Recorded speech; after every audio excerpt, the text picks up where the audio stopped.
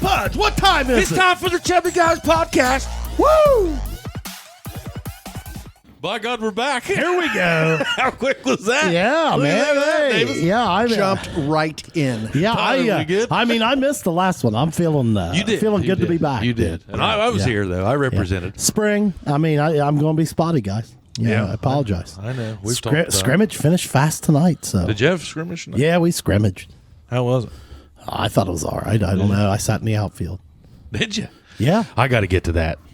yeah. I sat back there in the outfield. I got to get to that And on my rocker chair, bud. Didn't have to talk to nobody? Well, I talked to my wife. Yeah, but I and mean, Rozzy. Hey, Chubbies, is your driveway and yard just an absolute mud hole from this spring and winter? Hey, we got just the guy to call. Call Brian Dulaney Excavating at 740-418-6994. He can haul your gravel. He can put in drains. The man can do it all. He's an absolute machine. Give him a call today. Didn't have to worry about kids, nothing? No. Oh, I got to get there. Yeah.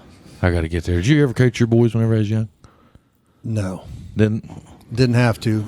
They're in Westerville, so it's like they actually had friggin' Super dads are professional. everywhere. Exactly.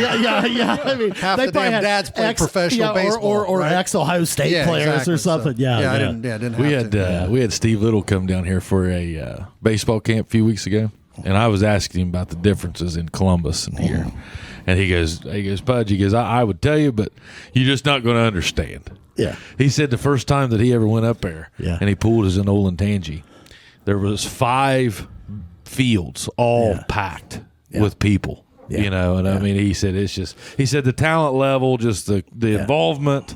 Oh, yeah. It's big time. Night and day from here in Big time. Well, and it's not for any reason other than Numbers. It's scale. It's just scale. Just Well, scale. I mean, you know, like the travel ball team my son's on. I mean, it's just Jackson kids, a Wellston kid or two, just local kids. When we go to a tournament like the second team we're playing Saturday, they try out from all around the greater Dayton area. Okay, so like they might start. I don't know when their tryout is. Probably in the fall. I mean, there might be 70 kids show up, and you're picking the best 11 or 12. And then we're rolling in there with a bunch of Jackson County boys. But you're trying to find a this is team what we for. got. Yeah, I mean, this is what we got. Yeah. And Well, typically you guys hang with them, though. Well, yeah. I mean, if we can get in the right bracket or whatever, yeah. I mean, we'll do all right. We can hold our own, but there's some of them that, I mean, that's all how you frame it to the boys. Right. And I mean, our kids, they don't realize that, like, you know, hey, we don't have these big tryouts, guys. I mean, this is You're on the team. Your boys are working here now, ain't they? Right now they are. And right now. What do they think about? I mean, I know they've always known Jackson, but what do they think about Jackson since they're spending a substantial amount of time here now? So they actually like Jackson a lot. really? Do they spend nights here, or No, they live here? they drive. Like they both live. They don't like it enough to stay. One of them. Well, I mean, they got one of them. One of them's got a little girl, and the other one's got a new German Shepherd. So basically, you know, they got their kids, and they drive back gotta like get home. Columbus, or okay, Yeah, that's an easy. But drive, they man. love it because the people here are very friendly and have treated them very well. It's like so they do construction work, they do remodeling, and so the people at 84, the people at Callahan Hardware, they have gotten to know them over the years, and you they can build a really, relationship. They like them because in Columbus, you walk into a hardware store, you don't have 9 people come and say, "How can we help you?" Yeah, Right. And you do here. Oh yeah, and well, you know, Jackson is a weird place in the fact that, like, everybody does know everybody, and a lot of times we look at it like, man, that kind of sucks, and sometimes it does. It does, but sometimes it does not. Yeah, well, I mean, dude, I'll go there. I mean, you ran a very successful business for several years, and I mean, in Columbus, and you had like Jackson people working there all over the place, dude. I mean, like bunches of them. Yeah, and I mean, because like you know something about them, you know. I don't know. Like I've been that way, dude. Like wherever I've been now, like if I got an opportunity to hire a Jackson person, but they're on, because now it creates a little bit different level of accountability too. Well, it's there's like, that, and you know the parents, and there's there's a certain level of work ethic, yes, and a certain there's just it's different Yeah, and I'm not saying that Jackson's any different than any other small town, probably, but probably not. But this is just the one that we grew up in. Have you just lived in Columbus and Jackson? I lived in Indianapolis for a while. Did you? Cool town. You can pick people up out of Columbus and take them to Indianapolis and drop them off and not tell them where they were, and they think they're still in Columbus. I was going to say, I've heard it. I mean, and I've worked there very some, similar. but I've not been there like a long enough to like. I've been there for work in and out. Where it differs is it does have that professional sports franchise vibe about it. Yeah. Whereas other than that, see, that's Columbus never going to happen in Columbus. Yeah, well, but if you look at it in Columbus, like Ohio State is almost the same. It is as having a professional franchise. I mean, like people being rabid about it. Yeah, it's more so.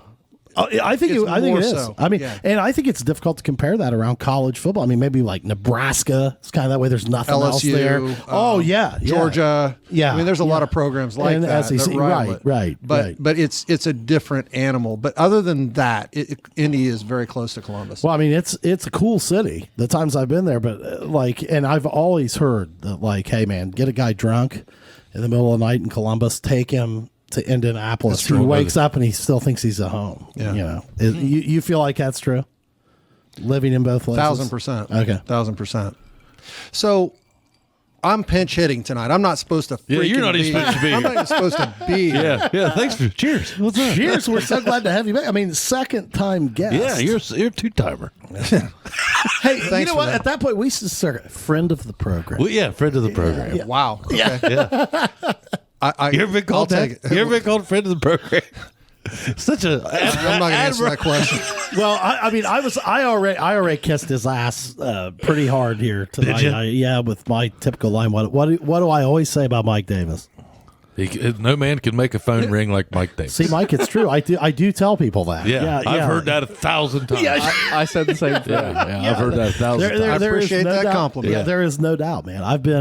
I've worked in sales for the last 30 years. Yeah, almost, and never is there a guy that can light up a phone line like this gentleman right here. Yeah. I appreciate that. Chad and I were talking before you got here. You were off at your board meeting. Yeah. And the board. Congratulations. Congratulations. Hey, ladies and gentlemen, we're announcing We have an announcement. Here first on the Chubby Bartenders, one of your Chubby guys, one of your own Chubbies. Is now a board member at the local. Don't even tell him. Don't even tell him where it's at. Don't even tell him. Oh, yeah. Okay, we'll let him figure it out. Hey, mine Google. I mean, get after it. I mean, stalk his Facebook page. Well, you'll be able to probably tell soon. Yeah, this was a tough decision. I am at the point. Speaking of knowing lots of people, okay. Yeah. And I wouldn't be where I'm at if I didn't know lots of people. Hey, bud, that's what it's all about. That's what it's all about, But I'm just at the point where I'm done with stuff. Like I'm done with Like what?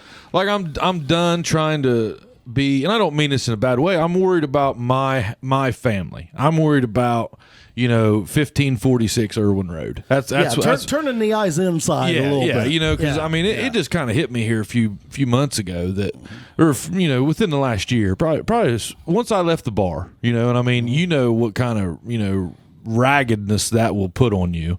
And that was kind of one of the major things. Was like, man, I'm not gonna get these. And that was your back. B job. Yeah, that was my B job. Yeah. Work all day and then work all night. Well, that one was one that you had to just work all day and night. That was just. Has there ever in the history of Earth been an industry where the romanticized preconception is so far off from the reality? I get people and they light up. They're like, man, why'd you get out of that? And I'm like, why'd I get in it? Is the question. Well, you think about it, okay? If we're talking about a bar like that, let's flip it to the consumer side. The people are like, man, why would you get out of that? I mean, because look, man, when I'm going there, I'm all fired up. I'm like, man, this will be great. I'm going to go there and about the first month, drink a few beers, and this will be great. Until like you're on the other side of the bar, right, or you're running a business, and you're dealing with a guy like me that comes in there and I'm pretty cool the first 2 or 3 beers, and then it's like, God, that guy, would he just shut the hell up? It was bad until jackass. Yeah, I know, but this guy just shut up. Well, and in a small town, you get to the point where everybody, and I loved them for it, and it was great. But I mean, sometimes I just really I'm sure everybody's like this, but I really just kind of wanted to be left alone and go home. Yes. And just have some time to just space out for myself. And you get guys or people that would come in and, man, hey, I'm in your bar. Where are you? And it's like, well, I just left there 10 minutes ago. I've been there for 12 hours today. Yeah. Not texting you is what I'm doing. No offense, dude, but I don't feel like hanging out. Yeah. You said something to me several years ago, and I believe it to be 1,000% true. The problem with the bar business in a small town, and I think that this translates to any small town, not just Jackson, Ohio. So many people. You've got multiple watering holes. Right. Some of them are cool, and others are just watering holes, and some of them are like restaurant watering. Whatever. At the end of the day, there is about $3,000 a day for the bar business, and it just flows from place to place to place. So people get really creative on how you attract to get your piece of that $3,000, right? And if you're wrong, there is no more. If you're wrong and you don't get any of it, you're screwed. You went in whole that day. You lost money that day. You lost money that day. 1,000%. And I mean, that was what I mean, is there a business that's easier to lose money in? Oh yeah, it's the margins are good. The margins are good, all of that, and the tips are good for the employees and all of that. You're living for Fridays and Saturdays. You are. It's almost like being in retail where you hope that you can break even for the year on Black Friday. Yeah, like you're actually trying to fight for foot traffic. Yes, which in a town with no feet. Yeah, well, I mean, with only X amount of feet that have enough dough in their pocket to come in there and I used do to. that. I believe this is absolutely 1,000% true. There is no more or less. We'll just say craft beer or craft cocktail or whatever the thing is. There's no more or less in Jackson, Ohio than there is anywhere else on a percentage of the population basis. Sure. The problem that you get into in these areas, in the smaller areas, is that you just don't have enough total count of people in order to bring that to you. And it's not good or bad. It's just the nature of the game. It's a math problem. It's a math problem. Right. It really is. And then top that off with COVID.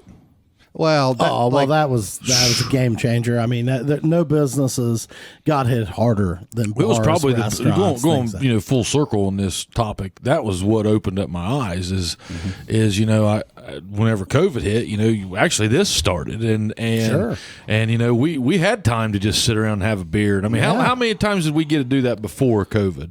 I didn't get to see anybody. No, not very often. And COVID I was spending more time at home, and I was like, man, I'm not going to get these years back with Gibson, you know. Yeah. And so I didn't want to get on a board, and I didn't want to. I just kind of wanted to check out for a period of time, and just say, hey, man, I'm just worried about my group right now. Right. But this board that I did just join, it is something that the greater good calls, bud. Well, it's something I've been involved with since we figured it out tonight in 1994. There you go, man. So it's something I've been a member of it since it opened, and so it's something. And it's not a huge time commitment like other things I've done. That Jeeper for Joy was just a monster. I mean, that thing was that. Well, I would be planning that right now. Well, here's what I'm saying.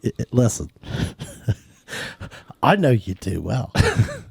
I mean, this board just lit themselves afire.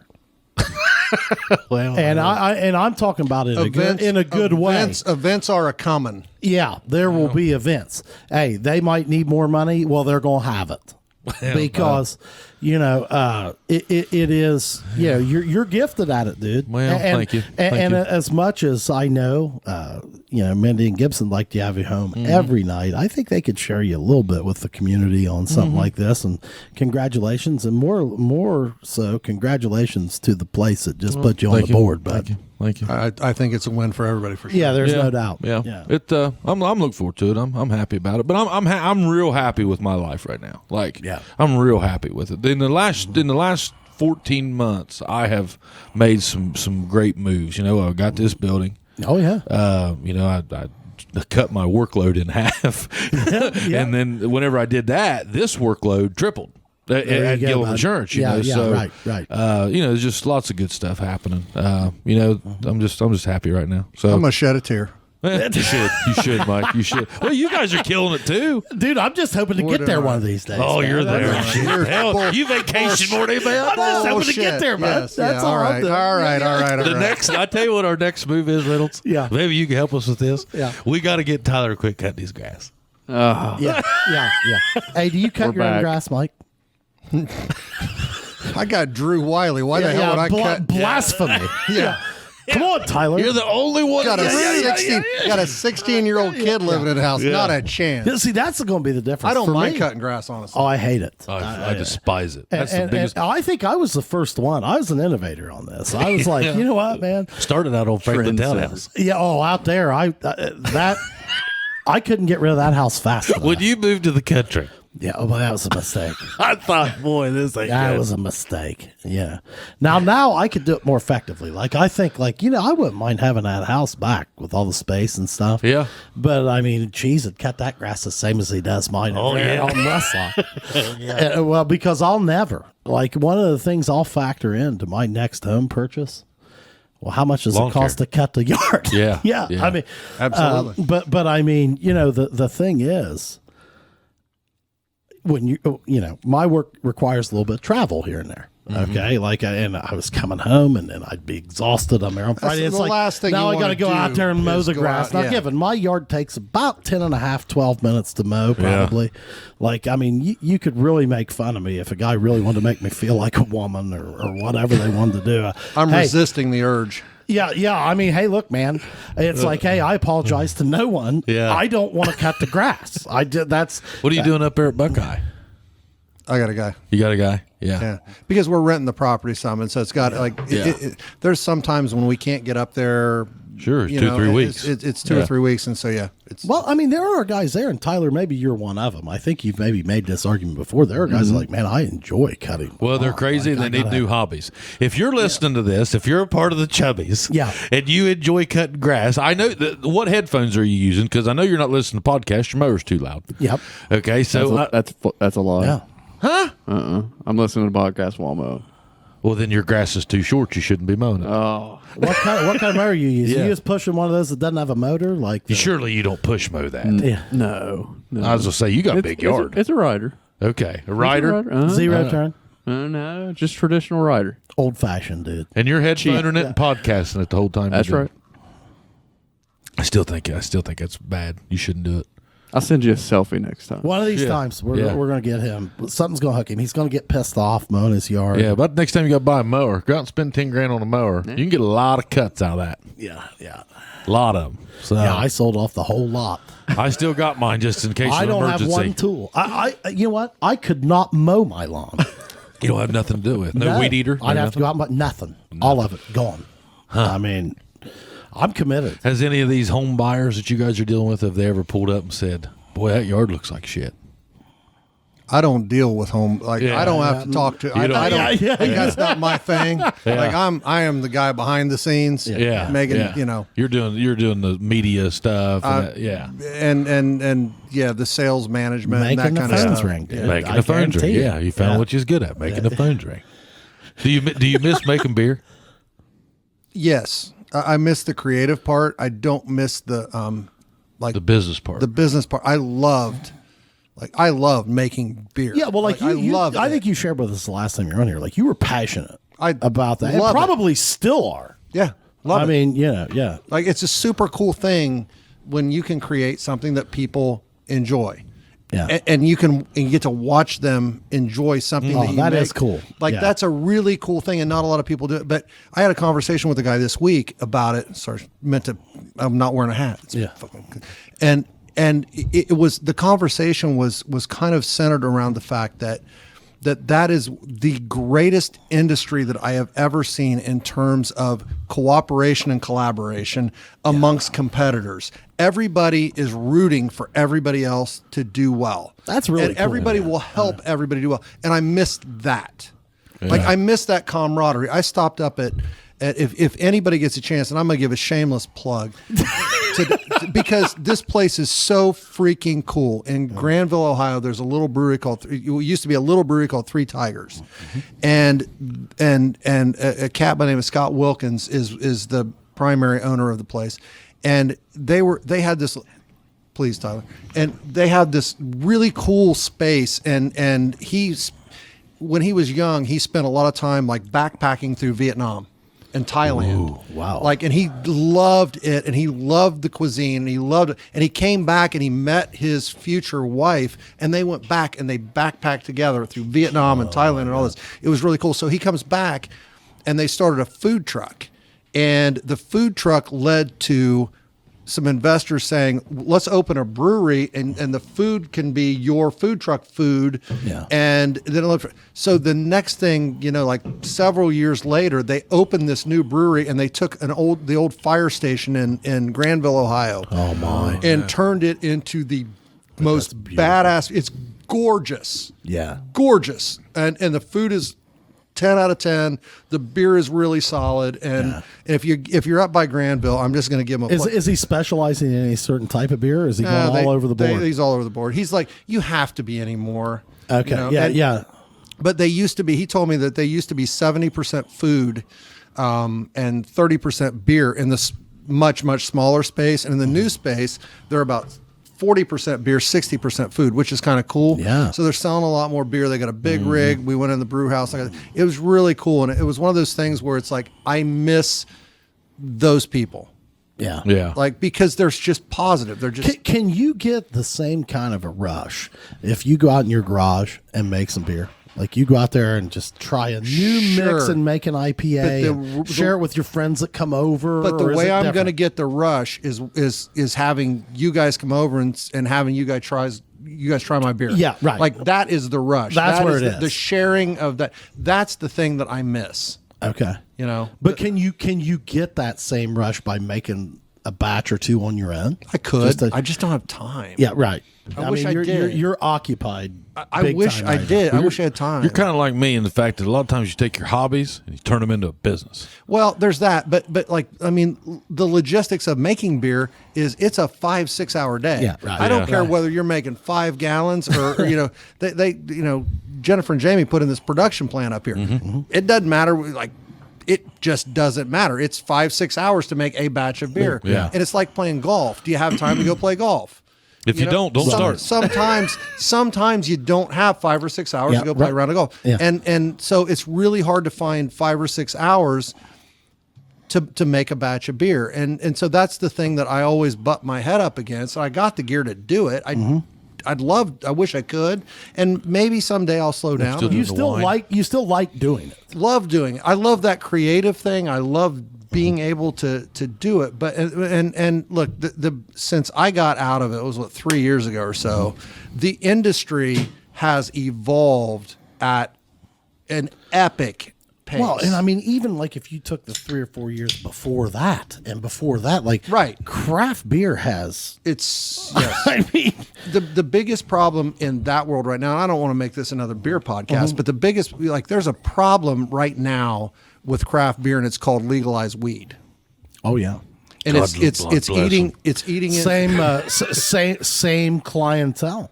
Well, right? Yeah, and it eats into the gross revenues because for obvious reasons, and it's nationwide. It's becoming a problem, and it's making the business harder and harder. And I have so much respect for people who are in the business because you have to be so attuned to your margins, and you have to you can't make mistakes, and you have to just be on it all the time. You can't have a bad batch. Your packaging has to be on point, and you can't So Jackie O's is a good example of they have the brew pub where they'll make 7-barrel batches, and they have the creativity part there where their brewer there gets to do whatever to get crazy, right? And if you hit gold, then we'll take that to the production brewery and we'll make a big batch of that, right? Not very, very few people have the ability to do that. So they're kind of trying it out there in Athens and saying, which isn't really indicative because, it's frickin' OU. They'll drink. Yeah, those guys are drinking Busch Light. So it doesn't matter what's in like, there. Yeah, it doesn't matter what's in the tank. They're going to drink it. Yeah. So but it's an interesting business. But yeah, to answer the question, I miss it. I miss the creativity of it, but I mostly miss the people that were in it. And I still talk to a lot of them. Some of them on a pretty frequent basis. Well, do you find yourself enjoying going to these establishments, or is it one of those things where you're like, man, I'd like to do this again? No. No. No. You're happy to just go be a patron. I wouldn't even sell Girl Scout cookies. That's how far away from the food and drink retail business I No. am. Because I don't want to be in the liquor business. Right. That's just it. Boy, it's a big change. And like you said, and what you started the conversation with, there's probably never been a more romanticized business venture than being in the bar business. Than being in the bar or liquor business. Well, I did. I was guilty of it. You were guilty of it. Who isn't? Well, I mean, you had what I would refer to as like the armchair quarterback syndrome, where you sat on a bar stool for years and years and years and watched it and thought, okay, I'm smarter than everybody else. If I do this, well, I had to front view stage from playing in them. Right, that's what I'm saying. Yeah, you played in how many bars? Oh, hundreds. And you see how they all work. But it's never as easy as it looks. No. Until you're the monkey on the wheel. Oh my, yeah. It's not that easy, and it's a tough business. And you get the calls at 11:30 at night from the bartender that two guys got in a fight and the mirror's broken in the bathroom and the toilet's the leaking. day that broke me. Yeah, that was it. That was it. I went in there at 11. I'd been in there since 5:30 that morning, and we had a breakfast meeting or something that day, and I left out of there at 11 o'clock. And I was at night. Okay. So I was there at 5:30 a.m. I leave at 11 o'clock at night. I'll never forget this. I passed Taco Bell and I hit my pocket to get a chew. And I'd forgotten it on the desk. Okay. Along with my wallet. So I had to turn around. Okay, you got to go back. Like the phone, maybe, but not the wallet. Yeah, so I was like, man. You couldn't just whip it around to Gillespie. Well, first you can't get through Taco Bell, and that's needed. Yeah. So I was like, okay, I got to go back. Mm-hmm. I go back. I walk in the back door. And all I hear is, call 911. And there was a big old Donnybrook going on up there. And I was like, and I ended up getting out there at 1:30 in the morning. And that was a 20-hour day. Yeah. And I was so spent. I was so just exhausted at that point. And I mean, I'm not saying I'm the hardest worker in the world, but I can go. Oh yeah, I can go pretty hard, you know. Yeah, but you get over like the fights and stuff like that. But so the question for me becomes, and for what? Yeah, well, I looked at for what. And then that next morning, I went to Gillum Insurance on a Saturday and had to get caught up because I'd missed all day on Friday. And I saw what I had made at Gillum Insurance versus what I had made in that bar. And I was like, this is a no-brainer. Yeah. That was the easiest deal. Yeah. I'm going to make a phone call. Yeah, I said, here goes his email. Yeah. We're done. Yeah. And then that goes to the whole thing of focus. Yeah. Of when you decide that you're going to do a B, a business B, like how much is that going to take away from you? Mm-hmm. And it's a lot. I don't care. Mm-hmm. It doesn't matter. You can say it's not going to, and this won't affect my primary. You can say that all you want to. It's bullshit. Yeah. It will. Now I will say this. This is kind of my B now. This is not the same thing. But it could be even better.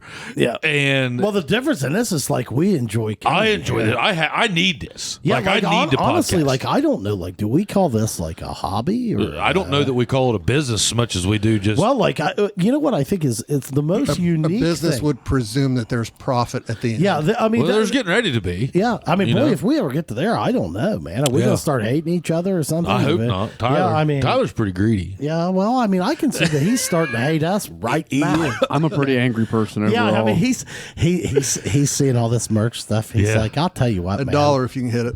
He's like, I don't know about you guys. Oh, $1. Yeah. I mean, I think that he's kind of like, man. Now, I mean, these guys. Yeah, he's starting to hate us. Yeah. Oh yeah. Yeah. I'm about sick of these texts. This has never been worse. And I mean, we've been at this now Yeah. for over 2 years. A little over 2 years. And well, actually, right at 2 years, because I'd say our first one, the pandemic hit in March of 20. yeah. So we would probably been pretty close to right into We now. started a little bit before that. Not on the pod. No, but we started doing our little skits and all that stuff. Yeah. But the podcast, we kind of went into that. And this has been one of the easiest, funnest things I've ever done. Yeah, yeah. You know, that's why we keep doing Well, it. I think that's why we just keep coming back because this has been a fun venture for both of us. Yeah. I mean, this is a nice escape a little bit. Sure. Well, I It's can see it for both of you guys as being both therapeutic, yeah. and diversionary, and, and I mean, Well, just- and I'll tell you what, Mike, and tell me your thoughts on this. I think Pudge and I both have the same character. We're different people, but the one thing is, I love talking to people. I like great conversation. all that different- all extrovert. It's the different peoples. extrovert piece. Yeah, well, and I mean, man, I have learned so much doing this show. So I tell the With the story. different It's, people. it's an interesting thing. So I was listening. This is years ago to this cat by the name of Jay Abraham, and he's a sales trainer, and he was doing like DVDs and cassette tape. Like Tom Hopkins. Training, Yeah, Tom like Hopkins old stuff. school Yeah, stuff. And I heard this thing that he did one night, and he was talking about he was flying. He was doing a keynote in Australia, and he got there, and he's like the whole way over there. He's like, "What is it that makes some people interesting and some people aren't very interesting? boring. What is it about that?"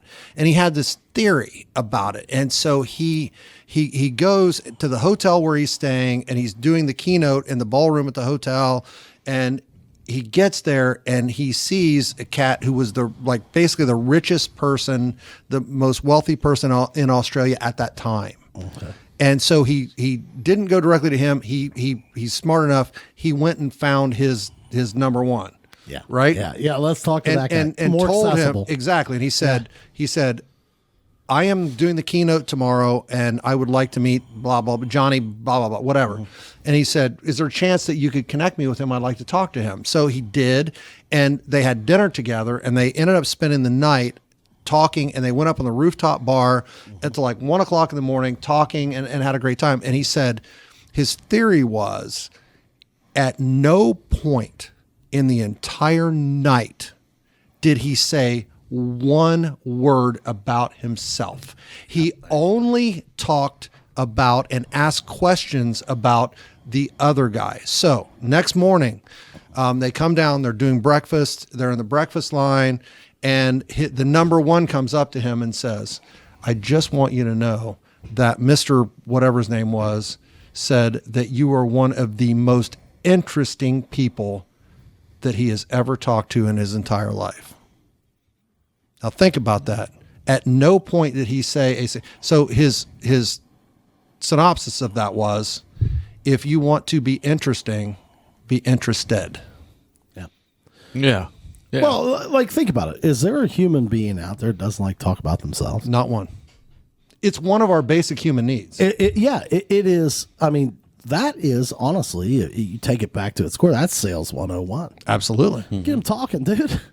So yeah, I mean, we could go down a sales rabbit hole because I hope there's we do. That's going to be part 2. We're going to get there's a little sales background at the table right now. So a little bit. How old are you? 70? I will be. Oh my God! Hey, you're allowed to punch him on the show, Mike. I wouldn't do that. Listen, elders. Are you Elders 78? should not destroy the youth. Yeah. It's bad for the. It's bad for the world. So you've been at it for what? I will 40 be. years. I will be 60 in November. That's awesome. Yeah. You know what though, man? You don't look. You're 55. running You a don't half look 50. marathon. Yeah. I'm running a half marathon in 2 dude, weeks. I honestly, and I've always said this, man.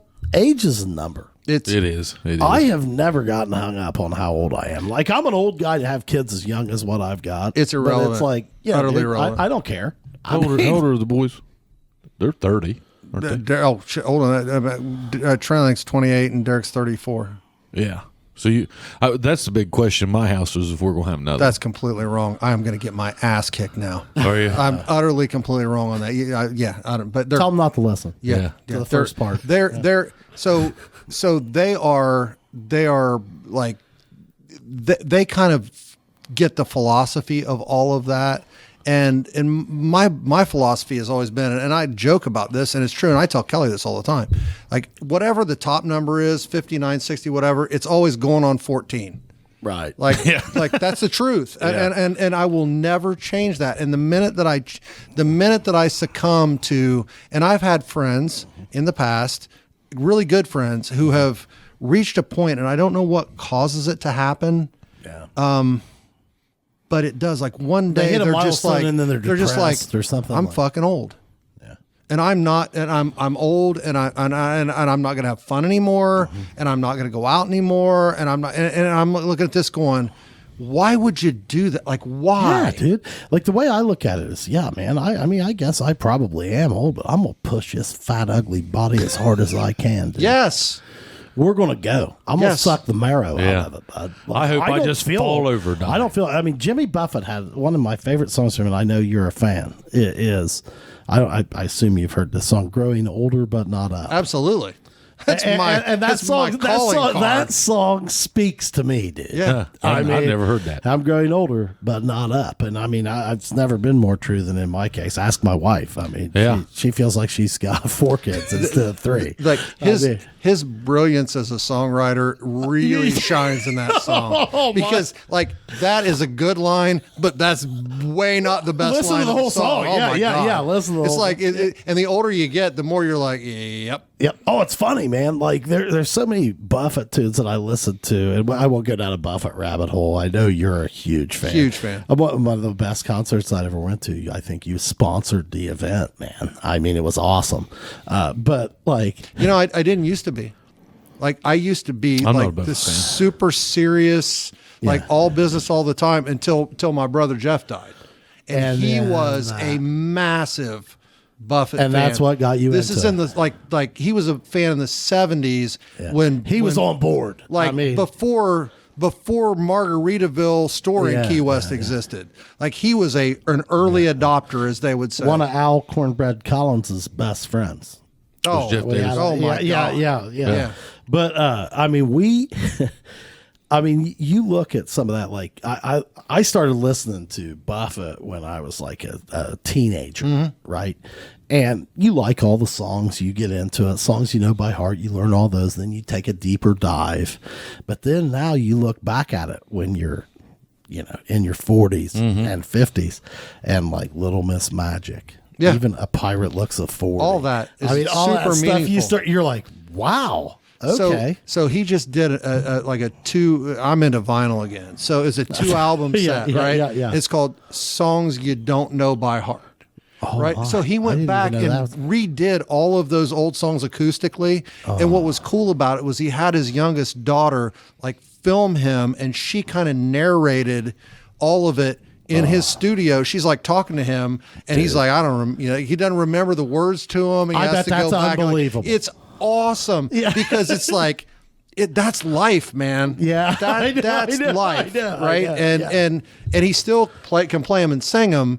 And one of the things I respect about him, and you'll like this, is that Buffett will be the first one to say, I am not even a good singer, and I'm not a good musician, but I am a businessman, and I understand what people want. Therefore, I will become very wealthy. Well, yeah, and that's why you see Margaritaville hotels and restaurants. I mean, look at the progression that happened from not only when people started liking him, like when he actually, a lot of people call it selling out. And it's like, I'm kind of like, hey, dude, selling out, that's a bunch of bullshit. I mean, look, dude, I mean, what are you supposed to do? If you've got the brand, bro, go. The people that are bitching about guys selling out are just mad because they ain't got Because they're it. not selling out. There you go. So I told you earlier. So I'm reading this book right now called "Who Not How," and like it's been like a pivotal, probably the best book I've ever read in my life. It's life changing, and so it's basically about like what are the things you hate to do? Why are you doing things you hate to do? When you hire somebody to do things, like there's somebody else out there who would love to do it. loves that shit. Yeah. But like, so anyway, so Buffett is one of the best examples of that I've ever seen. That Margaritaville store in Key West, he'd had nothing to do with. It was started by a chick by the name of Sunshine Smith, and she was the one who started it all. She was a friend of Jimmy Buffett, and she's just like, listen, like, you're known for Key West and all this. Let me open this store and we'll do this. And she's the one who grew that whole thing while he was out on the road. And now he just gets royalties from it. there you go. Like but he found his who. Yeah, absolutely. Instead of being the guy who said, what am I going to do? How am I going to do this? Yeah. No, I mean, he looks at it like, a who. hey, man, what am I good at? What do I like to do? Right. He did what he's great at and what he loves to do. Yeah. So anyway, but yeah, that whole thing has been really interesting to watch over the years. But when we lost Jeff, I was just like, all right, well, there must be something to this. Right. And I kind of got into it. And it's a lifestyle. It's not that the guy's a great singer. He's a terrible singer. Yeah. He's a pretty good songwriter. Well, I mean, it's driven me towards like, I mean, if he thinks he's a bad singer, listen to John Prine. You know, I mean, what a loss that was. Oh my God! Hey, can Bob Dylan sing? No, I mean, but he's a poet. Oh, buddy, he writes and he sings songs that speak to people. Yeah, the death of the unpopular poet. And they those guys though, they write thousands of songs. Sure they do. Oh yeah. Like they are not just. It's amazing that they can still remember. They can't. Or that they can't. They can remember their set. Yeah. Oh yeah. You know, they'll practice their set and go before do they it. go. Yeah, before they go, but they don't. I mean, so is that why you're back into the game with the guitar? Let's talk about your hobby. No, hey, wait. Part two. Part two. You got to take a piss. Yeah. All right, we're gonna wrap it up. We are one. getting older. Yeah, we're gonna wrap it up on one. I'm growing old, not up. Or I'm not. If you haven't heard that song, you need to listen. But now he's got to go piss. Well, my bladder isn't growing. That's 40 stronger. minutes, isn't it? Yeah, 42. Yeah, my bladder isn't growing stronger. No, clearly not. Yeah. I It mean, should have had plenty I'm of practice growing by now. older, and my bladder seems to be getting smaller. And then I say we take a little. All right, part two coming up. Hey, we're back with part two with our main man, friend of the program, Mike I Davis. love that. Can I get a T-shirt? Yeah. Well, we can probably help you out. I think there needs to be a special Chubby guys podcast. Well, we've had a guy. You know what? We've had Friend of the program Well, t-shirt. here's You didn't know what there we've- was? I did not know that. Here's You what will. we've had suggested is get your show number. Like we give everybody a T-shirt with their show number on it. I like that. Like you would get one with a 19. Who suggested that? That's pretty. That's it was shit. It was me. No, God damn it! That's bullshit. It was it was out the JJ. guy. No, it's the guy that was the outdoor. He was one of our best guests. Mahoney. Sean Mahoney. Matt Mahoney. Sean Mahoney. Where did I went to college with him. Forget the name. Matt Mahoney. Jesus, Matt. I'm sorry. we'll cut that out, Chad. Yeah, I've only had Bleep that out.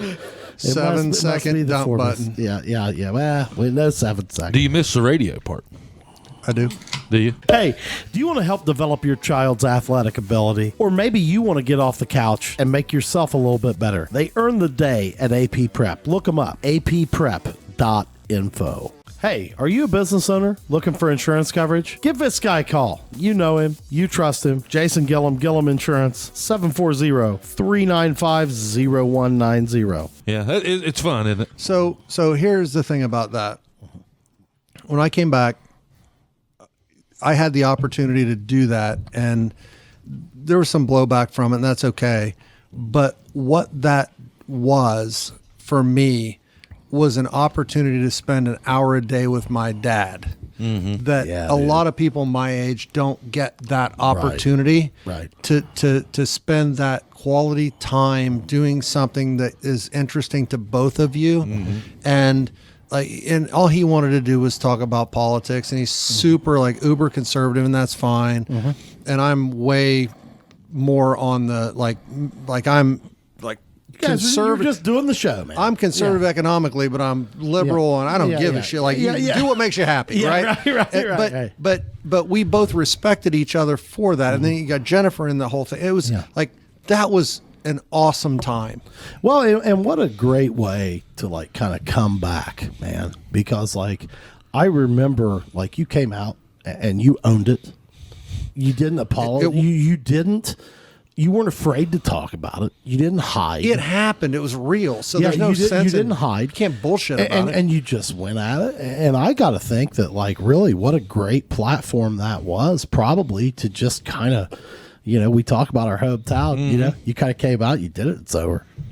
Listen, it's kind of, I'm sure there might have been some blowback that we don't know about, but like, it seemed it seemed like it was kind of like, so here's what I've always respected you for how you kind of me too, man. I thought that was overcame awesome. That. I mean, I don't know if we want to bleep this out or not. No, because I am totally open about it. So here's what I will say about it, and I'll leave it at this. Yeah. Like, so you come back to a place like this, and it can go one of two ways. Right. It can be really, really bad, or it can be okay. And I will say that the vast, vast majority of people recognized it for what it was, and they opened their arms and they said, hey, whatever's whatever, and they left it at that. And I've always been super thankful for that. And there's a few that wanted to take the, like, have an opinion and be super vocal about their opinion. And whatever, that, like, you're entitled. That's cool. Yeah. That's cool too. I don't care. But the fact that I had that platform, but for me, the whole platform was about being able to spend time with my dad and my sister. That's awesome. And that was, well, I mean, what I'm saying is, though, is just in addition to that, I mean, that is awesome, man. I mean, I had the opportunity to coach high school football. Yeah. With my father. I mean, I grew up on the sidelines, did all this. I mean, dude, there's something special about getting to work with your dad. They can't take that away from you. They'll never take it away from you. And it's also something it's a weird experience, man. It's kind of cool. I mean, like, you get to see your father in a little bit different light, man. And I think it's the other thing that's really cool about that is your father gets to see you in a different light too. Exactly. And you get this mutual respect thing where it starts off as kind of a dance. Sure. And you're like trying to figure each other out, and then you figure out that neither of you are 1,000% right, and neither of you are 1,000% wrong. Right. And you just have to respect each other's viewpoints and opinions. I relate it to sideline coaching with my dad. That is an experience, one of the most valuable experiences of my life. At the time, did I realize it? I think so. I really liked it. And what I learned, and I mean, I, of course, took the brunt of a lot of the shit. Like, it was easier to rip my ass than it was anybody else. But you know what? For sure. But it was a great learning experience. I look back on it. I hope he does too, and says, "Man, that was fun, man." Yeah. I mean, that'll be something I will never forget. Oh no. And I mean, so I totally get that. But like, to the point of the way Jackson kind of took you back in or whatever, dude, is the thing I've. Hey guys, on behalf of the Chubbies, huge thanks to Geiger Brothers Construction. Give them a call at 740-286-0800. They've been great community supporters, and they are a friend of the Chubby program. So thank you, Geiger Brothers Construction.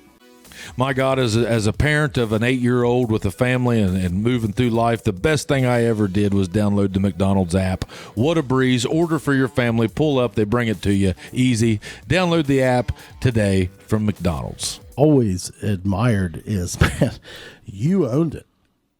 You're like, hey, man, do you want to talk about it? I'll talk about it. I don't care.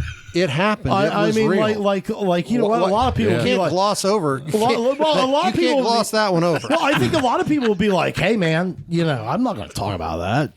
F you people. Well, I didn't know you before. So that's just stupid. Like, I'm just going to call it. That's just stupid because it happened. It was real. I screwed up on. I tell people I have succeeded on a monumental scale, and I have failed on an even more monumental scale, both of them have brought me to where I am today, and I really like who I am. Really now. Excited. Like, I'm super happy about where I am right now.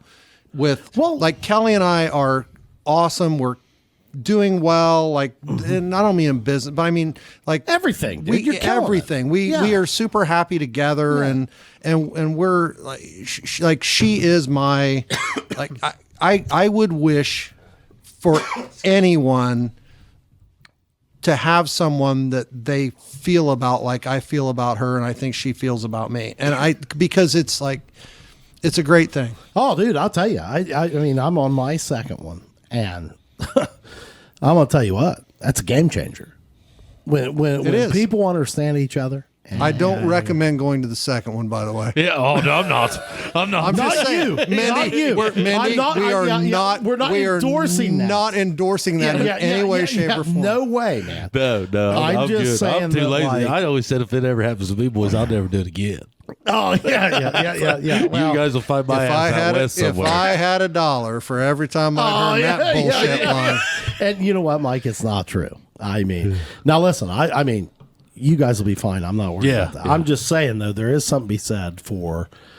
I think sometimes you come to the realization, like, wow, man. I mean, we're really compatible. I think Mindy and I have been talking a lot about this lately.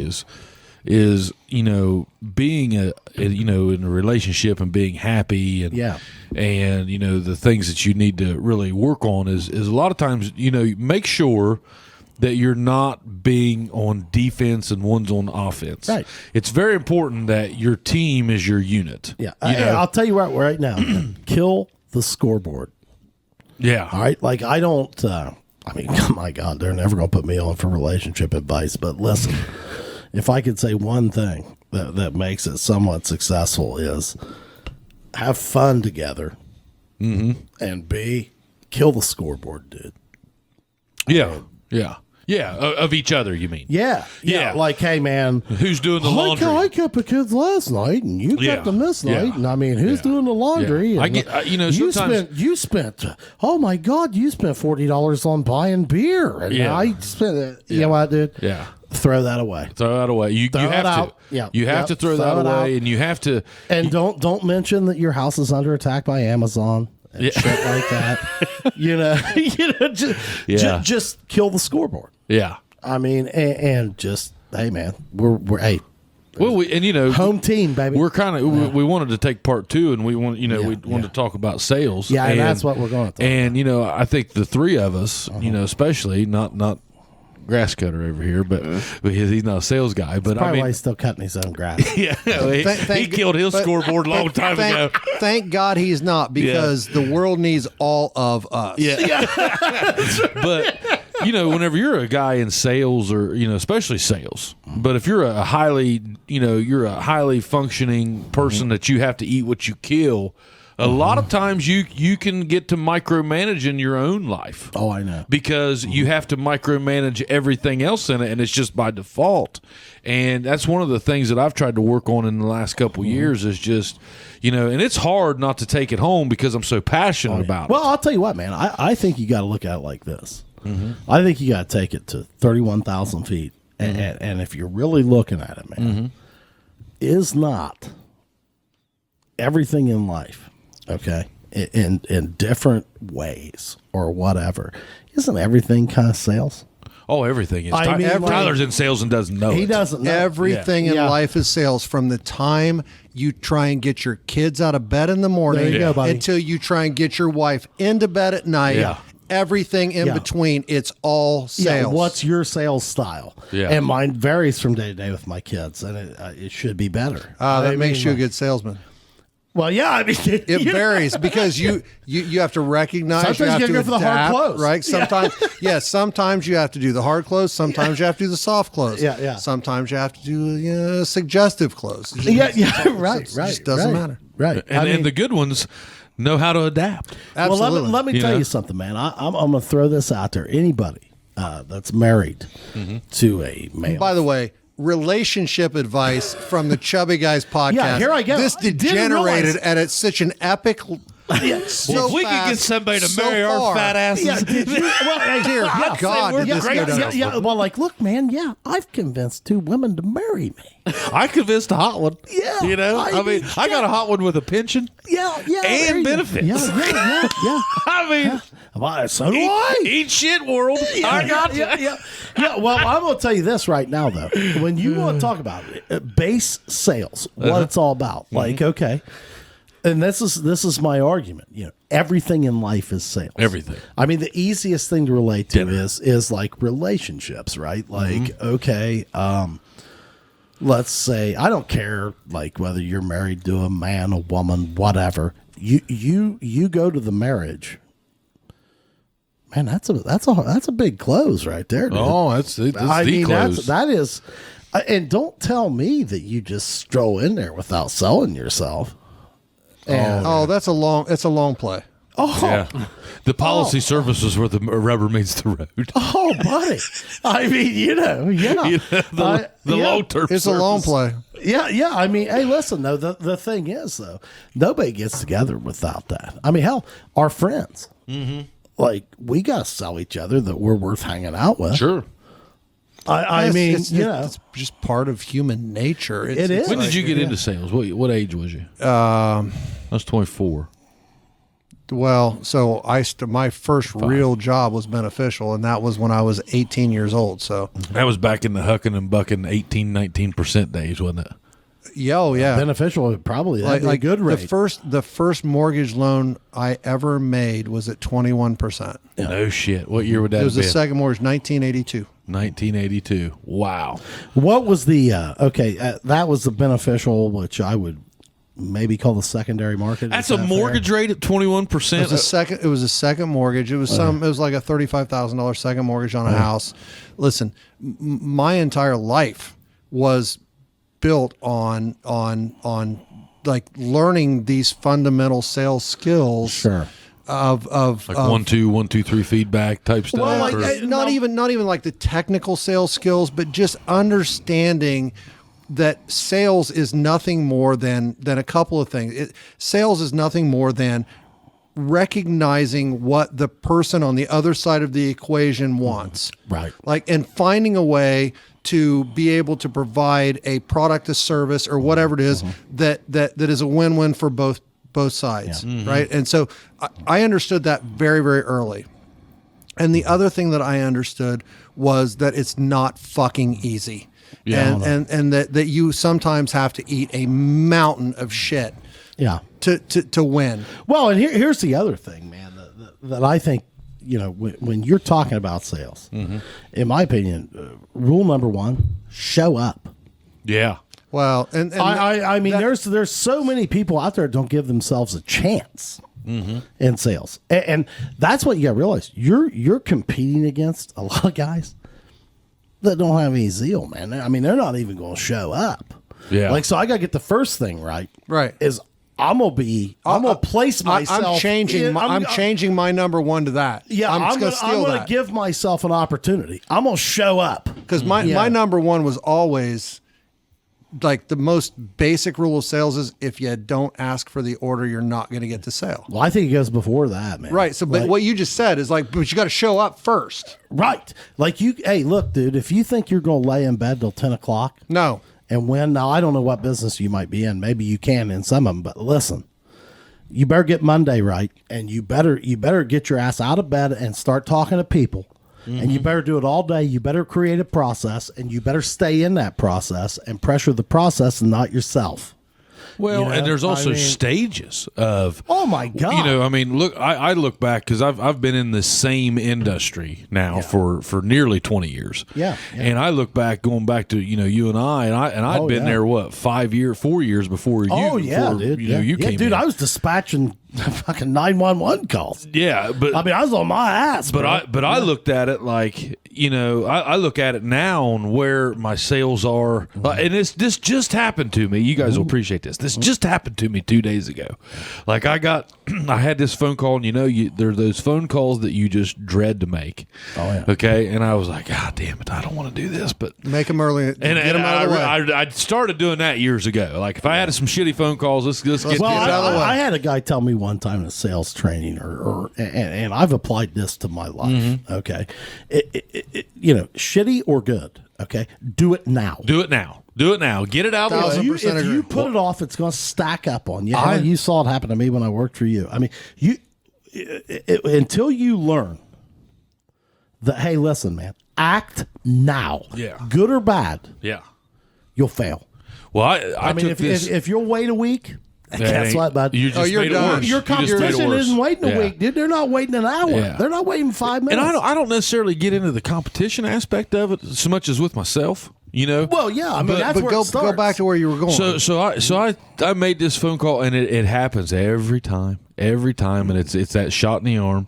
You know, I thought I was just going to get borderline beat to death. Oh, yeah. And ended up going to probably make 3 times the money off There of the you deal go, because I took my time and I was like, hey, I don't want to make this call, but I was like, we got to talk about some things. But you made it. But I made it. You showed up. I You made showed it. up, and I You made the call. And I got off the phone and I was like, God damn! And I remember that happening to me 20 years ago. yeah. I can remember. Hell, we were in the business of bad phone calls. Really, Well, listen, dude. I mean, I'll tell you what, man. Till I was, how old was I when I came to work for you? it was 2008. Oh, dude, I wasn't serious. Was you till then. 32? Probably 30. Maybe. I wasn't serious till then. Like, Yeah. I think I had some talent. Well, and you were also at a different stage of life to where like now you had to perform. Oh shit! I mean, I couldn't get a job, dude. I was dispatching. Well, but I'm saying ambulances. like whenever you worked for him, you was still I pretty was young. right out of school. Yeah, I you had didn't a know place to anything. come back to. I didn't know it. Yeah, You had a safety net then. Yeah, safety net. Yeah, And then you get to a point where you're operating without a net. I've gone through a divorce. And It changes things. It does change it. You become like, I was untouchable down here, dude. I mean, that's what I'm saying. Like, I understand. I mean, everybody thought I was just a lazy bastard and all this. And it's like, no, wait a minute. Yeah. It's time. Yeah. Yeah. And you know what? That The only magic difference moment is, of self Discovery, realization. yeah. well, and the only difference, guys, in successful salespeople and unsuccessful salespeople are the people that activate.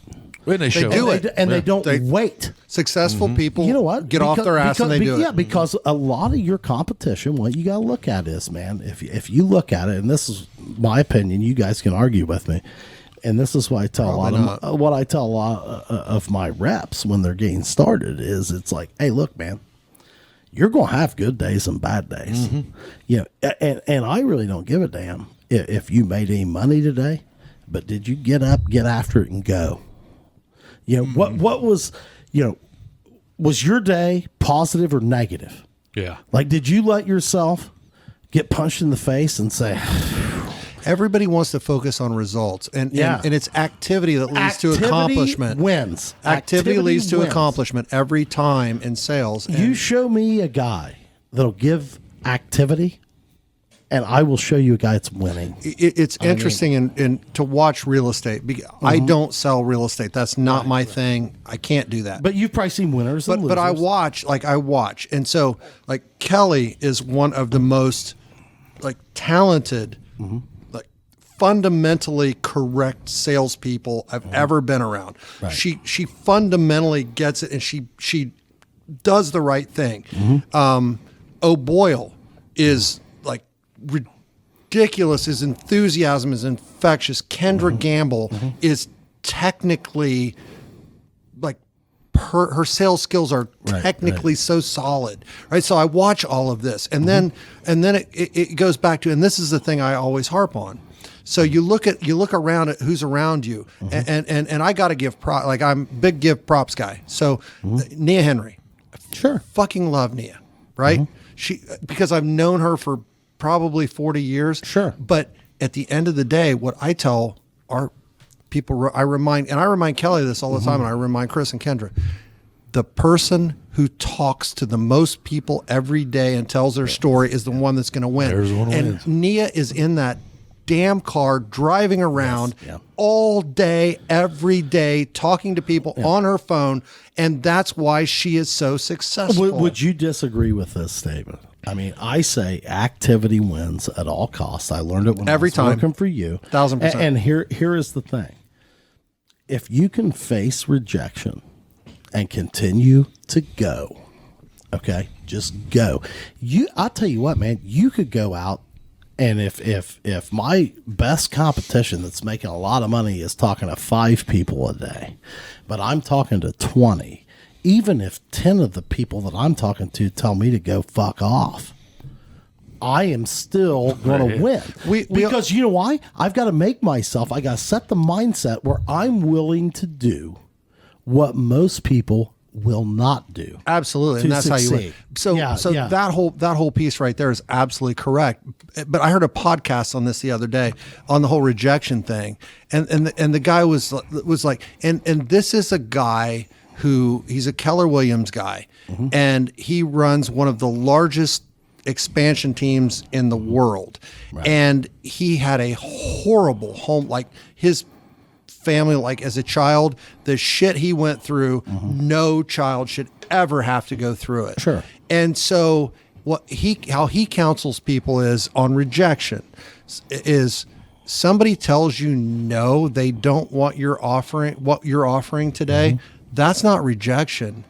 When your mom comes to you and tells you that she doesn't love you and she doesn't want to be your son, she doesn't want you to be your son, that's rejection. Let's keep everything in perspective. Sure. And if your wife comes to you and says, I don't want to be married to you anymore, I'm leaving you. Rejection. That's rejection. Sure. Having someone say, what you're offering today is not what I need today, that's not rejection. And I think that in sales, that is a fundamental truth that people have to learn, and it's I don't know why it's such a struggle, but it's a massive struggle for people to get that. I'll tell you, Mike, I'd like to expand on that. I 100% agree with you.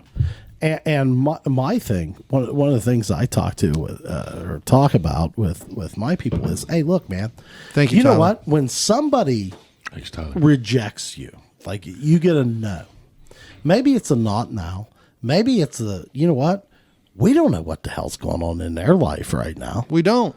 I mean, and the thing is, like, every no you get, as long as I put myself in the process and I'm asking and I'm talking to people and I'm engaging people, I mean, the law of large numbers, somebody is going to be like, well, now, right place, right time. I've kind of went against the grain on that in the last year or so, and what I've been doing is just taking my time and getting. Well, I mean, there's that's now I'm 10 years deep. Right. In my own deal. And that's there's what a little saying. wisdom. There's a little wisdom there. There's a little wisdom. Well, and then we're getting into like pre-qualification and different things like that. I had a guy over in Dayton a farmer I was dealing with the other day, and he didn't end up buying, and but you'll double your money. Double my money. It's either $1 or $2. I am 4 for 4, boys. Fucking $4. He can't miss. I told you I've been a winner since I started. Damn it. But see, that type of attitude. Damn it, Jim. Is, I mean, guys, the whole thing in sales, too, is... Oh, hang on. Yeah. But I was saying, that guy didn't buy. Right. The guy over in Dayton. Yeah, sure. Okay. We spent a week. And you spent significant time. I spent a week with this guy. Right. Okay. Yeah. I spent a week on the phone. It's probably worth it. For about an hour and a half. I mean, just every night, just he and I talking stuff out. It was a really big case. This wasn't just your home and auto. Sure. And you know what? At the end of the day, he's got my cell. He texts me this weekend and said, "Hey, you ready for the Reds? You going? I mean, and we'll get there." I was going to say, you know what? You might not get it today, but I'll get it. You might not get it next year. Yeah. Within 5 years. A lot of times those are not now. But you know what? At the end of the day, it's not going to be because I was a salesman. It was just going to be because I was me. Well, I think a good buyer, an educated buyer that knows that they've got something to offer. Mm-hmm. I mean, they're going to vet you out, dude. Sure. I said vet away. You can't. Yeah. Well, I mean, it's going to be tough to come into a sale. Like if I'm rolling into a new hospital or something like that, they've never heard of our company. Mm-hmm. Like, do you think they're just going to be like, "Hey, man, I'm going to throw my pants down"? Here's hundreds of thousands of dollars. Dude, no, bud. I mean, it's going to take some time, and there's going to be some relationship. And I love that. I love like how you and I, we've customized a lot of stuff here in the last 2 months. On your insurance, some really good weird stuff. I love just diving in with a guy and saying, "Hey, what do you want? What can I do?" At it. Like, I mean, hell, if I can't show you any value, go buy from that other guy. Yeah. Dude. Oh, I mean, yeah. I'm at the point now. Whenever people call me, hey, how much is this? I don't even like to call them back. No. Like I'm not that guy. I'm Like, not hey, looking man, to be I the mean- cheapest. Yeah. My favorite one is when is like Chris Kendra Kelly get the well what's your commission rate? Yeah. Well, my commission rate doesn't make 1 ounce of difference. What matters is how much money you're going to have in your pocket Yeah. Right. when I am done handling your transaction. Well, I mean, that's what matters. Well, I mean, what I would like to say to people that hit you with that, and now that I'm selling business to business, I don't get that as much. But like that always used to kind of grab my crawl a little bit. I mean, my thing is like, what do you want me to work for free? Yeah. Do you think I just show up? I mean, like, hey, like, listen, have you found this to be Mr. have you John found this to be- Plumber? Yeah, like, yeah. like, do you go and crawl under people's houses and put new pipes on it and not get paid? Right. It's like, look, man, when you sell maybe a little bit of an intangible product or something like, so people want to be like, well, yeah, they will ratchet you down on. It's like, well, wait, like, do you want me to not get paid? Yeah. And my message would be like, hey, man, don't be ashamed of that a bit. Like, well, goddamn, you're working with me Yeah. because I'm good. And Yeah. you will pay me. I for answered my phone. services. Yeah. You know, how many did you call before hey, you try know? the other guy, dude. Yeah. See how easy it yeah, is. yeah. I mean, It's really funny to watch how some of this stuff happens over time. Mm-hmm. But I've watched in the last 6 months or so, you know, in kind of in Kelly's business, watching some things that have occurred, and I'm like, okay, I'm having this realization that like competitors have a tendency sometimes to be a little aggressive on certain points and things Sure. like that. And so I stepped back one day and I went, not one person has ever had Kelly sell their house or bought a house from her because they liked her. They use her because she's the best, because Right. she provides, You get it done. she gets the result. That's why people talked use about her. well, sales is about like, dude. We talked about it in part 1. I ain't looking for no more fucking friends. Right. I want people. It's not called show friends. It's called show business. I'm not. Well, you know what I'm saying. I mean, I'm Yeah, not looking. yeah. I mean, hell, if you're looking for a friend, I'm probably not your guy, man. Yeah. I can't hang out with all the friends I got now. Right, you know, right, and right. you know, Yeah. I think there's something to be said for the okay. Hey, I don't need a friend. What I need is somebody's going to get this done. Right. Well, yeah. I want like clients should, and I don't care whether you're buying real estate or insurance or medical devices Yeah. or widgets or whatever. It Yeah, doesn't it doesn't matter. what It's all the it's same. irrelevant. It's Yeah. all because it's all the same. It's a function of the same thing, which is you do business with who's going to get you where you need to be the fastest, the most efficient, with the least amount of pain. You Right, know, well, and here's what I'm saying. Like, okay, first thing, show up. Put yourself 1,000% agree. Put yourself in the stream. Put yourself in the game. Then the second thing that I tell my people, the second thing is do what you say you're going to do. Okay? If I put myself in there and somebody is courteous enough to talk to me, the least I can do, like what else do I have to do as a job? Okay? I put myself in there. They contact me. Maybe they don't know me. How do I differentiate myself? Well, one thing is if they send me a text, if they send me an email, if they call me, I will get back to them very quickly. And if I say, hey, I'll send you information on that or whatever, that shit is going out immediately. Now, you know what? What I found is my competitors in the space are lazy. yeah. They'll tell them something, but guess what they won't do? Follow up. And customers understand responsiveness. So like, and that's easy shit to me. Like to me, I mean, like, hey, look, dude, how hard is it? Somebody asks you a question and maybe I don't know. And that's the first thing I'll tell them. Like, hey, man. You'll be honest with them. You're like, I told I'm you like, that man, today. hey, yeah. Honesty, it's like, hey, man. honesty always Yeah, wins. it's, I told like, myself. hey, Always. it's like, hey, Mike, man, we got- that's a good one. I'll tell you what. I'll figure it out. Yeah. And you'll get an email from me. Yeah, I don't know, but I got a guy. Yeah, Yeah. and I will, if I tell somebody, I'm going to send them an email by end of business. You will. Yeah. It might be an email that I'd rather not send because I still don't know, but you better damn sure bet I'm going to touch You've it. tried. Hey, my guy is getting back to me on Yeah. your thing. We are still looking at it. Yep. Haven't forgot you. You'll get a response ASAP. Yeah. And you know what, man? That's I guess what I'm getting at. It's like sales. It's engagement. Sales is the little things, and it's all about activity. Now, I mean, whoever is working, like guys, work. I mean, I'll tell you what, COVID laid out a hell of an advantage for a lot of us because there are a lot of people that got really stagnant and aren't doing anything. People got confused about the extra money that was coming their way. Like, like there was some confusion about that, and I'm seeing now some frustration. It's the markets have changed. Everything is like there's a shift in the markets. Well, it's not real estate. It's everything. Don't you feel like a lot of salespeople were paralyzed by it as well? In some industries. My industry, I feel like everybody's like been at home for a couple years, and they've gotten less. They become more reactive instead of being proactive and inserting themselves in there. Because it, like the situation created the environment that created the workflows that created the habits. Yeah, and there's complacency, and if you can't jump back on your horse, like I don't know. Tell me, you guys, we've all been in sales a long time. We all respect each other with what we're doing. Like, I've been a nervous wreck during COVID. Like, God damn, is my company going to decide? But you were in a different animal of a but like, industry. are they going to decide that, like, man, shit, we don't need these guys.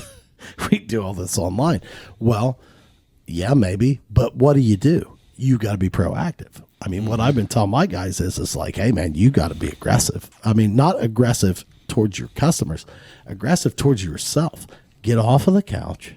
Yeah. And go. I have found very few salespeople fail. Like, sales failure does not hit a moving target, guys. Yeah. It does not. And I think to that point, COVID has created this thing where the people who accepted that as reality have disproportionately benefited from COVID.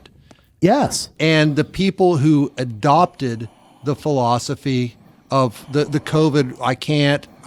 So in my mind, the number one thing that I always look at is, if I'm talking to someone, do you live from a mindset of scarcity or abundance? Right. Like that is the number one thing for me. There is such an abundance of opportunity everywhere in the world. And anybody who says otherwise, please call me. Let's have a conversation, because by the time we're done, I'm going to have you corrected and I will have you going in the right direction. I'm with you, man. Because my thing is, like, if you're not chomping at the bit a little bit, maybe you're in the wrong profession. Oh, yeah. Agreed. I mean, like, if you're not kind of like, hey, let's go. Yeah. I mean, let's go. I'm not comfortable with this. You show me a man that is comfortable with, like, Google meetings and sitting on the couch and not showering until 3. I'll show you a man that ain't gonna have a job in 2 years. Yeah. Like, you know? So COVID hits and it's a terrifying time, right? And so no one knows what's going to happen. So you're still going to be okay because people have to have insurance, right? And people are going to get sick. Yeah. And they're going to need medical procedures. So Kelly and I are sitting there and we're like, people are always going to buy houses. Bro. Well, you assume that, but at the beginning of it, there was some, but it was not so much about that. It was about are we all going to die? Are we all? Absolutely. Wrong time to look for a house. Is this overarching? Who gives a shit? Yeah. But one of the really interesting things about that was we sat there and said, all right, we're going to accept this as the reality, and we're going to do everything we can in whatever way we can to Yes. benefit our clients. Yeah. And that's who Kelly is. Like, and that's who I am. And I'm going to support her. Like, she is the one who makes it happen. And I make no bones about it. She is the freaking rock star in this thing. I am the supporting cast, The right? guy that will make the phone ring. But I'll make the phone ring, right? So we watched all of this unfold, and it turns out it disproportionately benefited the real estate industry. Fortune favors the bold. If you are willing to jump in the stream, bro, to sell, I agree. you will win. I mean, like, honest to God, the thing I love about sales, I don't care really what kind of sales you're doing. Oh, it's all the same. Man. If you know what, man, I'm bitching about, man, I'm not making enough money, look in the mirror, dude. Yeah. Yeah. Either What'd work you do harder, yesterday? What'd you do work today? harder, What'd you do yesterday? leverage better. Yeah. What'd you do yesterday? What'd you do yesterday? What'd you do today? Whatever. Like, if your activity is great, then what I would tell you is you're with the wrong company. Right. Go somewhere else. but as Start a- a different business. But as an independent salesperson, and your industry is the same, and your industry is the same, and the real estate, he who talks to the most people and tells their story is going to win That's a long How many times do you walk in my office and I'm on the phone? every time. About every time. Just about. I mean, you have to. It's constant. And I tell you something else that has always stayed true in sales in 20 years that I've been in it. Referrals. I agree. Now, Well, and you know what? The Simply longer ask- you're, the first longer of all, you're in ask for business. referrals. you have to ask for referrals. You have to ask for referrals. Yeah. Well, but the longer you're in business, The easier like, they you know, come. we had to do that, like, in life insurance sales. We always did that. That was a major part of the closing. Yeah. Who do Is you know? Yeah. We'd try to do that. I wish I knew now what I. Isn't it different? Well, wouldn't the that karate has be changed great? so much, but I'm so glad. But you're not supposed to know that. Well, but see that what they did was they were basically, you know, just like how you guys have went to Keller Williams. They had a model, okay, and I'll say this, you know, Chad and I learned that, you know, this was a company that just sold nothing but life insurance. Right. So you talk about a tangible product, Debit life insurance. I mean, like you literally had to die to get it. Okay, and we're responsible. So at that time, we had to go in 20 houses a week. Okay, we had to set up 20. Think about doing that in 2022. 20 homes a week. You had to go make an appointment to sit in with that family and try to make a sale. And you know, if you didn't do at least probably 2 a week, you was getting fired. Yeah, Rick Bowman retired at the right time. Yeah, he did. Yeah, he did. Yeah, well, he but really did. I'll tell you what, that guy right there was a savage. That gentleman right there was a salesman. Yeah, he's a salesman. And I mean, you know, One of the I wound nicest. up- He's one of the truly greatest guys that ever walked between. He was at I worked Monumental. with him. Yeah. Yeah, he was Well, Monumental. and I worked with him late before I got into medical sales. Like when I You went didn't to even know how I Monumental, was didn't going you? to provide. I didn't even know how I was going to provide Christmas. Yeah. and I went there. Yeah, sure. And that was after our glory days. I mean, the thing that we did in our office was, I don't know that I ever had 20 appointments. Sure. But I'll bet I had a solid 8 or 9. And what's your Every closing week. rate? Well, and your Pretty high. your culture back then was, you know, I was in a position. I mean, where I was, would fill it. Like, there, you got to play the game a little bit. I'd fill it. And you know. and they knew that. Yeah. They knew. Yo, that. hell But yeah. as long as your closing number is good, then you get a And lot it of was. leeway. And I'll tell you what, man, maybe we'd have a tough week. Well, Pudge and I get in a car together. And we'd go make it happen. We would just go Yeah. somewhere. We'd stop several houses, practically cold call our existing clients. And by God, we'd come back. Dude, we I've would knocked on come so back. many doors. We would come back. But you know what, man? A lot of people, they're not willing to be uncomfortable.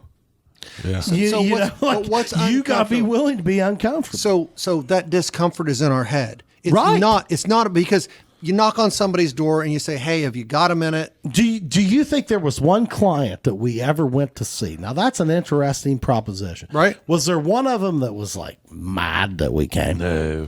Now I got to the point at the end that I was burnt out. You know, I was. But what happens Yeah. is when you start projecting your emotions onto the Yeah. people who are That's the answering the door, problem. that's a problem. I can remember going out with Byler one time, and we drove all the way to Nelsonville. Yeah.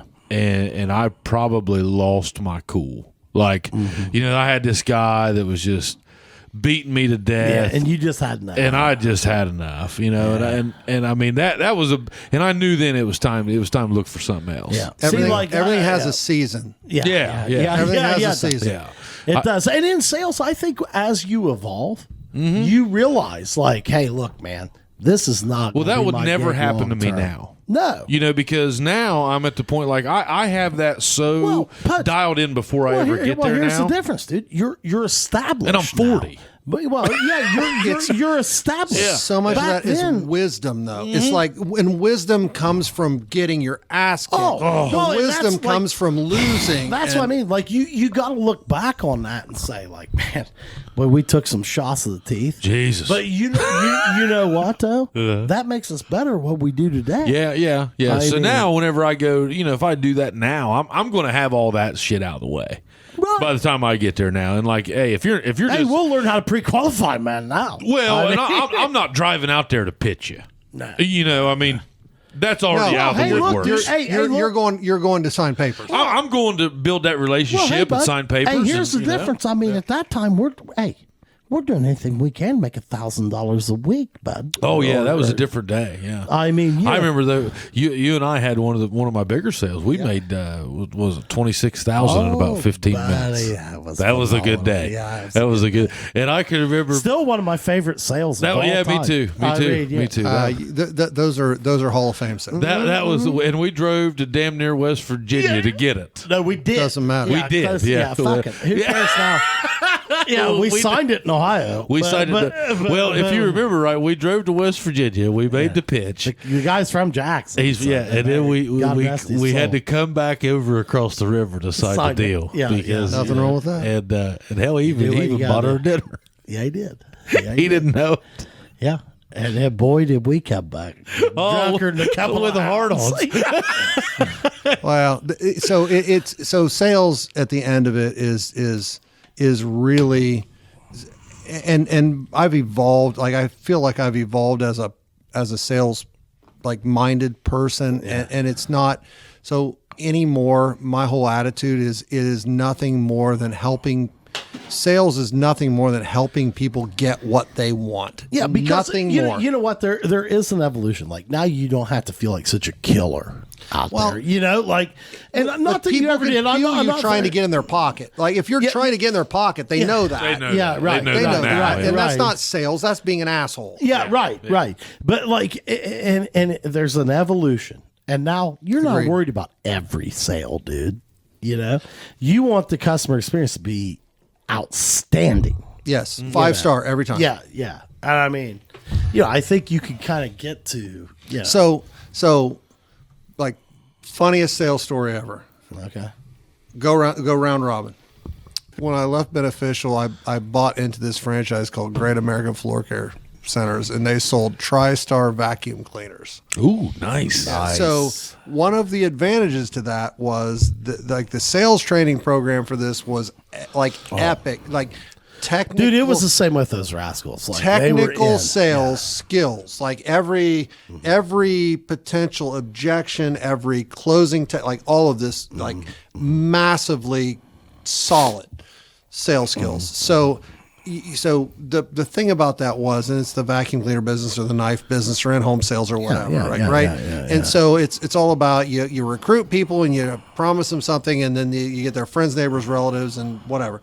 And so as you are prone to do in sales training classes, sometimes you improvise just slightly. And so this 19-year-old kid, super inquisitive and aggressive and just the nicest kid ever, and he was buying into the whole thing and Fired up, just super pumped.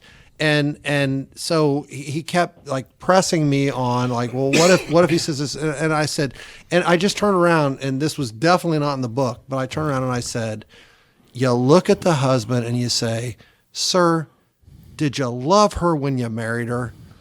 And he'll say yes. And then you look at him and you say, and you don't love her enough right now to buy her something to make her life easier. Oh yes, Right? Yeah. And so, and I kind of chuckle and I go on. Yeah. Kid takes me out on a training sales call, and I'll be damned. Verbatim. verbatim. Yeah. He's Brings it. used it in Gloucester, Ohio. There we go. Gloucester, Ohio. Yeah, right? bring it. This happens in Gloucester, Yeah, Ohio. yeah. Anytime you ask, you might get your ass kicked or you might win. And I'm sitting here, and it's like You saw it. You see something like you see the comet about to hit Earth. He looks and at you like, can't do anything about it. It's like, here it comes. Here it comes. And the guy, and he says, and this guy just wouldn't say, and this is a giant man. And you're saying, Who looks like he works in a coal mine or something. And he hadn't looks had a kinda shower. mean, kinda like, pissed. Like he's pissed because his wife booked the appointment. He knew nothing about He has it. no Went there, interest in it. and he wants to drink beer and watch the Reds. Right? Yeah, And right, so right, nothing right, more. right. Yeah. And so I see this kid and I hear him say the words, "Sir, I'll bet you loved your wife enough when you married her that you," and he screws it up. So like, Didn't even say it right. he didn't even say it right. But then he rallies back and he says, "And you don't love her enough right now to buy her this vacuum?" And the dude just gives him a straight right and knocks him out of his chair. My And I'm God. like, I don't even know what Punch is thrown. Punch is thrown. like I don't even know what to do. And I'm like, "Sir, I'm out of here. I will take this. I will take this kid and let me pack it. If you will just let me pack up this stuff, I will get him and this thing out of here, and we will never bother you. I will take you off the list." Yeah. And the guy was good with that. He's fine. Well, he'd enacted his revenge. So he wasn't really that mad after that. Like he Just said, this guy, straight two hands guy wants to ask me whether I love my wife. The fact that this 19-year-old kid amazingly went on to be the salesman of the year. No question. He didn't leave. yeah. He didn't quit. A good ass He kicking went is on to be the therapeutic. salesman of the year. That's what we're talking. Hey, show up Right. consistently, develop your Say plan, the right follow things it. Yeah. or the wrong things. It doesn't learn. matter. Do it learn. enough. Say something. Put yourself in the stream, man. Put yourself in the stream. Part 2, ladies and God, gentlemen. that was beautiful. Part 2. You're not going to get this on every podcast. No. See, See, hit that subscribe button. See you. Yeah.